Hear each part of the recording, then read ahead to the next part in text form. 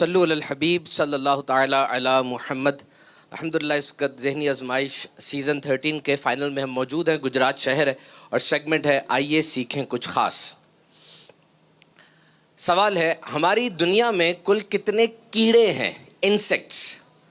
Royal انٹیمالوجی society کے مطابق 1 کروڑ سے زیادہ کیڑوں کی اقسام دنیا میں پائی جاتی ہیں اور ان میں سے 10 لاکھ دریافت ہو چکی ہیں. اگر دنیا میں تمام کیڑے جتنے بھی ہیں ان کا وزن کیا جائے اور انسانوں کا وزن کیا جائے تو کیڑوں کا وزن انسانوں سے 70 گنا زیادہ ہوگا. اور اب دوسرا سوال، اتنے ڈھیر سارے کیڑوں میں سب سے زیادہ ذہین اور سمارٹ وہ کون سا کیڑا ہے؟ 2 کے بارے میں سائنسدان کہتے ہیں. نمبر 1 شہد کی مکھی اور نمبر 2 چیونٹی، اینٹس. چونٹیاں اپنے وزن سے 20 گنا زیادہ وزن اٹھا سکتی ہیں. یعنی اگر یہ صلاحیت انسان کے پاس ہو تو 5 سال کا بچہ بڑی آسانی سے پوری گاڑی کو اٹھا لے گا. ابھی تک چونٹیوں کی 12,000 اقسام دریافت ہوئی ہیں اور اس زمین پر چونٹیاں بڑی پرانی ہیں، 110 ملین سالوں سے رہ رہی ہیں. اور سوائے انٹارکٹیکا میں، یہ وہ بر اعظم ہے جو سارا برف سے ڈھکا ہوا ہے، دنیا کے ہر خطے میں چونٹیوں نے اپنی کالونیز بنائی. ان کے پھیپھڑے نہیں ہوتے تو یہ سانس کیسے لیتی ہیں؟ پورے جسم پر چھوٹے چھوٹے سوراخ ہوتے ہیں، انہی سوراخوں سے آکسیجن گیس اندر جاتی ہے اور کاربن ڈائی آکسائڈ باہر ہوتی ہے.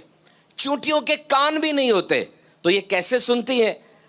اپنے پاؤں کے ذریعے زمین پر ہونے والی وائبریشن کو سینس کرتی ہیں اور یوں ان کا سننا ہوتا ہے. قرآن مجید میں چونٹی کا ذکر آیا، سورہ نمل چونٹی کو کہتے ہیں.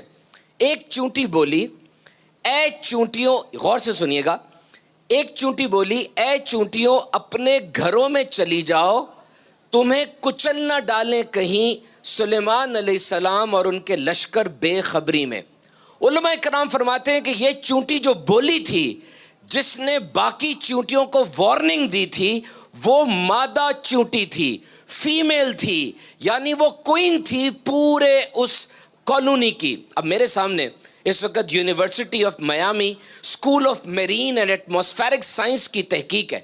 اس کے مطابق چونٹی کا دماغ تمام کیڑوں میں سب سے بڑا ہوتا ہے، 2.5 لاکھ نیورونز ہوتی ہیں اور اگر خطرہ ہو چونٹی باقاعدہ گفتگو کر کے اپنے دوسرے ساتھیوں کو الرٹ کرتی ہے. دشمن سے مقابلہ کرنے کے لیے پوری فوج ان کے پاس ہوتی ہے اور اس فوج میں ریزرو فوجی بھی موجود ہوتے ہیں.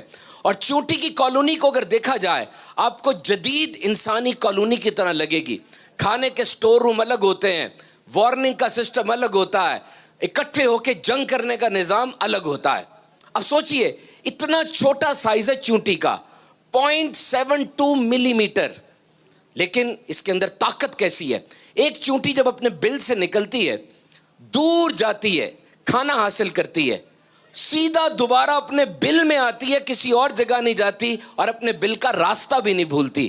چونٹی کے پاس تو کوئی لوکیشن نہیں ہے، کوئی جی پی ایس نہیں ہے، کوئی گوگل میپ نہیں ہے، تو پھر یہ کیا ہے؟ سائنس کہتی ہے کہ چونٹی کے جسم سے ایک خاص کیمیکل نکلتا ہے جس کو ٹریل فرمون کہا جاتا ہے اور اس کی مدد سے یہ راستہ تلاش کرتی ہے.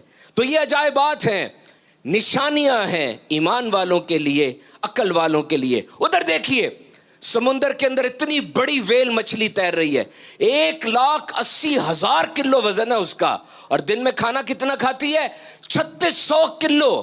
نہ کوئی کاروبار کرتی ہے نہ کوئی جاب کرتی ہے، کون اس کو رزق کھلا رہا ہے؟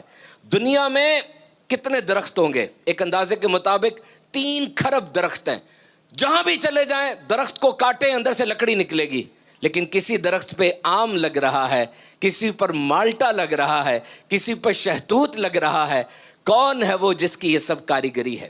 گائے کے پیٹ میں گوبر ہوتا ہے، خون ہوتا ہے، اور اس کے درمیان سے سفید میٹھے دودھ کی نہریں جاری ہو جاتی ہیں.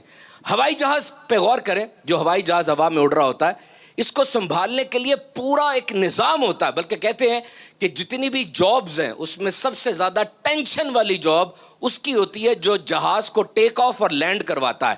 بڑے بڑے ایئرپورٹ ہیں، ہر 2 منٹ بعد جہاز اتر رہا ہے، چڑھ رہا ہے، اور یہ کنٹرول ٹاور، نیویگیشن، کتنا کچھ ہے. ذرا سی غلطی ہو جائے کتنی جانیں چلی جائیں. اور اب ان پرندوں کو ذرا دیکھیے، خاص طور پہ بارڈ ٹیلڈ گوڈوٹ. یہ 16 انچ کا پرندہ ہے صرف، اور 12,000 کلومیٹر نان سٹاپ فلائٹ ہے اس کی. 8 دن 8 راتیں یہ ہوا میں رہتا ہے، زمین پر نہیں اترتا. سائنس کہتی ہے کہ اس کا آدھا دماغ سوتا ہے آدھا جاگتا ہے، اور جب یہ اتر جاتا ہے زمین پر اس کے جسم کی آدھی فیٹس برن ہو چکی ہوتی ہیں جس کو یہ دوبارہ حاصل کرتا ہے.